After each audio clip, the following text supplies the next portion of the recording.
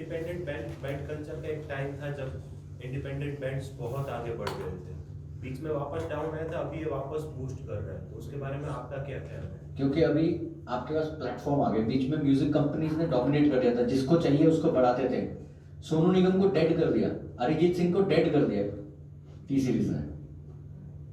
T series जिसको उठा के एक बार फेंकेगा वो खत्म कर देगा आपकी फिल्म को भी लेके। अगर आपको फिल्म मेकर बनाएगा बड़ा कर, जो बड़े मेकर्स हैं, अगर उसको आपका कुछ भी छोटा भी बुरा लगा तो आपको एग्रीमेंट इतने गंदे होते हैं उनके, आपके पास कुछ बचता नहीं है, जिंदगी लिखा लेते हैं।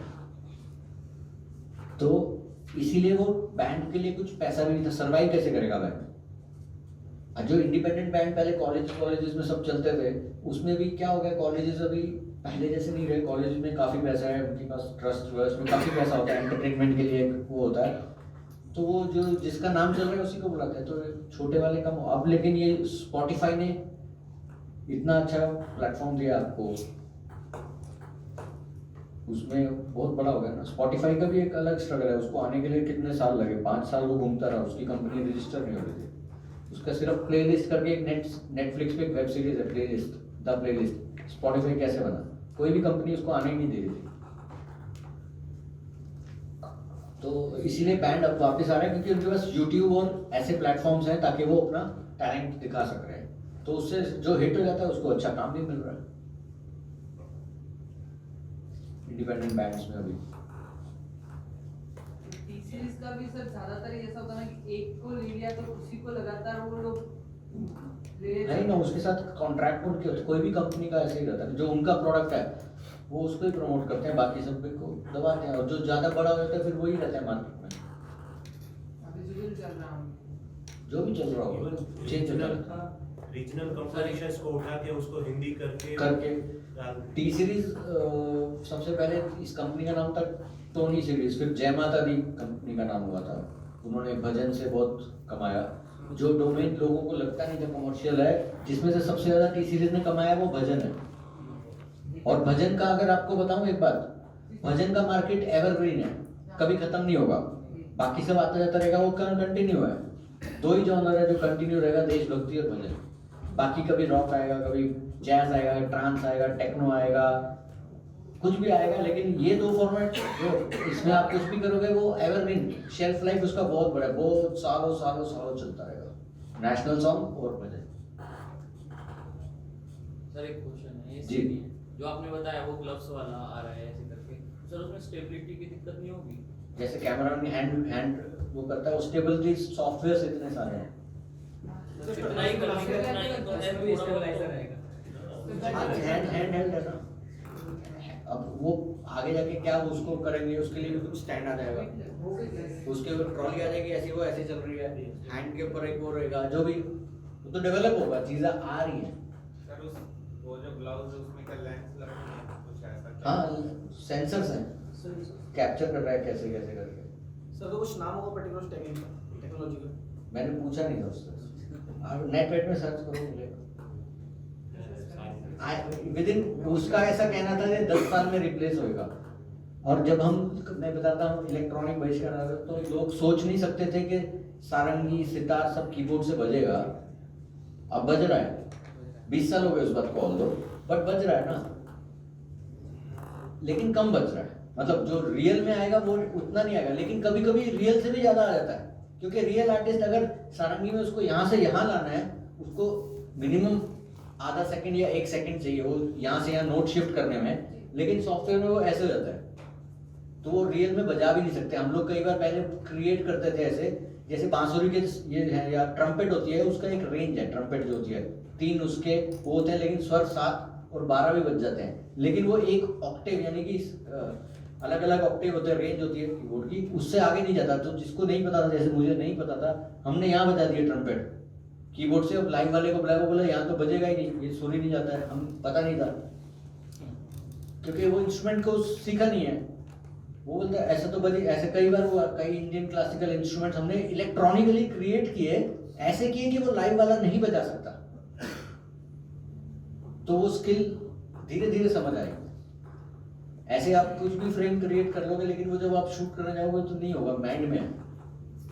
सर एक क्वेश्चन है, जैसे अभी हम एक शॉर्ट फिल्म करने जा रहे हैं, तो एक तो ये क्वेश्चन ये आता है कि कब हम साउंड इफेक्ट रखें और कब हाँ, तो वही तो सबसे पहले मैंने बोला था, आप साउंड डिजाइन में कितनी चीज कहाँ रखनी है, क्यों रखनी है, वो आपका विजन होना चाहिए कि यहाँ पे म्यूजिक नहीं आएगा, सिर्फ यही रहेगा ये जो बात कहने जा रहा है इतनी बड़ी है कि मेरे को नहीं चाहिए, इसका इम्पैक्ट जब हम कट टू उसके एक्टर के ऊपर देंगे, यहाँ से साउंड शुरू करता है वो। और कभी भी आवाज के ऊपर कम से कम साउंड होने के लिए ज्यादा अच्छा होता है। यानी कि मैंने बात कह दी, कुछ भी हो सकता है, वो इम्पैक्टिंग बात थी, तुम्हारा इस जायदाद से खत्म ताल्लुक, खत्म सपोज, तो यहीं से अगर मैं छन छन छन छन करूंगा, करते हैं, लेकिन अगर आप बहुत ज्यादा उसको करेंगे खत्म, उसके बाद आप जो कट रिएक्शन दिया जिसका खत्म हुआ उसके उधर से शुरू कर सकते हो, या प्री भी ले सकते हो, वो आपके ऊपर है, या सिर्फ साउंड में साइलेंस, उसका भी साइलेंस, वो तो आप ट्रीट कैसे कर रहे हो फिल्म को। एक्चुअली सर जैसे रियलिस्टिक हम करते हैं तो इफेक्ट्स को कम किया जाता है जनरली, और बीजीएम में जो म्यूजिक लिया जा रहा है वो ज़्यादा रखा जाता है। उस केस में हम कौन सा इंस्ट्रूमेंट सेलेक्ट करें कि यहाँ पे कोई तार वाले वायर वाला इंस्ट्रूमेंट ही होना चाहिए, लाइक गिटार आप यूज़ कर रहे हो, वायलिन यूज़ कर रहे हो, कोई भी, या फिर यहाँ पे कोई लाइक फ्लूट वाला इंस्ट्रूमेंट है, शहनाई है, या ये कैसे डिसाइड? ये तो म्यूजिक डायरेक्टर डिसाइड करता है, और आप उसको यस और नो कहते हो, अच्छा नहीं लग रहा भाई, अच्छा लग रहा है, जनरली यही रहता है। आप तो डायरेक्टर हो, ये अच्छा लग रहा है या नहीं लग रहा है, कुछ और दिखा दो ऑप्शन। सीरियल्स में ज़्यादा ही मतलब ये म्यूजिक रखा जाता है। हाँ, ज़्यादा इसलिए रखा जाता है क्योंकि उसको पूरा होल्ड करके रखना है उसको उतनी देर तक, पूरा टाइम आंखें उसमें ही रहे, तो सारी इंद्रियों को पूरा खींच के रखते हैं, सब इंद्रियों को, आँख कान सब उसमें ही है। लेडीज मतलब बहुत ज़्यादा पसंद करते हैं। सर हमको भी एक शॉर्ट फिल्म शूट करनी है, तो उसके बेसिस पे हमारा कुछ लिखा है, तो उसके लिए थोड़ा सा कुछ आइडिया देंगे आप, थोड़ा किस तरह से हम उसको, वो तो पढ़ना पड़ेगा यार। हाँ वो हाँ लंबा मत खींचने तो सरकार नहीं, वन लाइन आप बोलोगे तो मैं वन लाइन में बता दूंगा क्या है उसका क्रक्स सिनॉप्सिस। सर अभी लिखा था। वन लाइन बता दो तो मैं वन लाइन में बता दूंगा।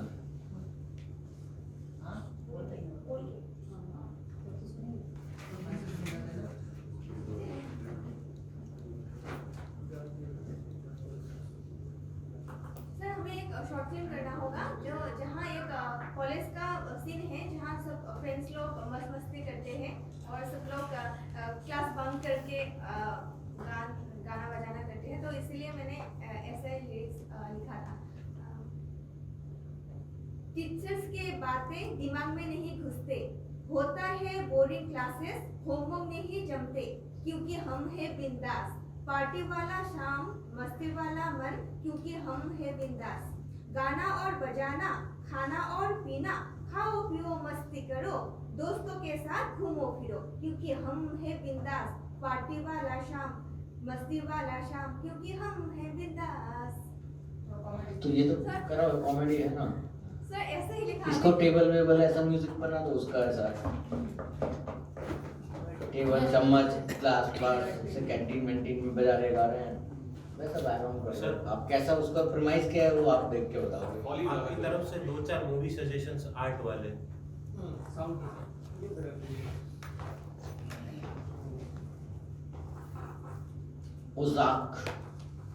ओज़ार्क नेटफ्लिक्स पे साउंड डिजाइन की एक्सट्रीमली हाई फिल्म है। ओज़ार्क OZARK, हाँ बहुत साउंड पे भयंकर, उसमें एक एक साउंड ऐसे एग्रीवेट हुआ, अगर ग्लास ऐसे करा है ना ऐसे, उससे कट ले लिया, चेंज, एग्जैजरेटेड साउंड डिजाइन है। अभी रिसेंट में तो यही देखा है बहुत अच्छा। बाकी अभी जो भी वेब सीरीज देख रहे हो ना आप, करेंट टाइम्स की एक्सट्रीम हाई साउंड है, best of the sound design है जो भी आ रही है, कोई भी देखो। कोई ऐसा मूवी लाइक बिना डायलॉग का मूवी देखा है, बट बिना म्यूजिक का कोई मूवी रिसेंट टाइम में कोई ऐसा नहीं है नहीं, होगा भी तो मैंने देखा नहीं। फेस्टिवल्स, वर्ल्ड फेस्टिवल्स में आता रहता है, लेकिन वो सामने नहीं आता। वर्ल्ड फेस्टिवल में आते हैं, साउंडलेस फिल्म्स हैं बहुत सारे, फेस्टिवल इंटरनेशनल फेस्टिवल्स में घूमती हैं। पुष्पा के अच्छा ऑप्शन हो सकता है। हाँ पुष्पा इंडियन टेरेन में बहुत बड़ी ऑडियो है। देखा है किसी ने? हाँ, देखिए जिन लोगों ने नहीं देखा है फिर से देखिए। प्योर बैकग्राउंड म्यूजिक, फिर ये डायलॉग तो है ही नहीं। डॉक्यूमेंट्रीज वैसे हाँ डॉक्यूमेंट्रीज देखिए अभी बहुत सारे जॉनर हैं, डॉक्यू सीरीज अलग जॉनर, बहुत जॉनर हैं फिल्म मेकिंग के इतने जॉनर। ठीक है, तो और कुछ इम्पोर्टेंट किसी का कुछ दिमाग में है तो पूछो फिर।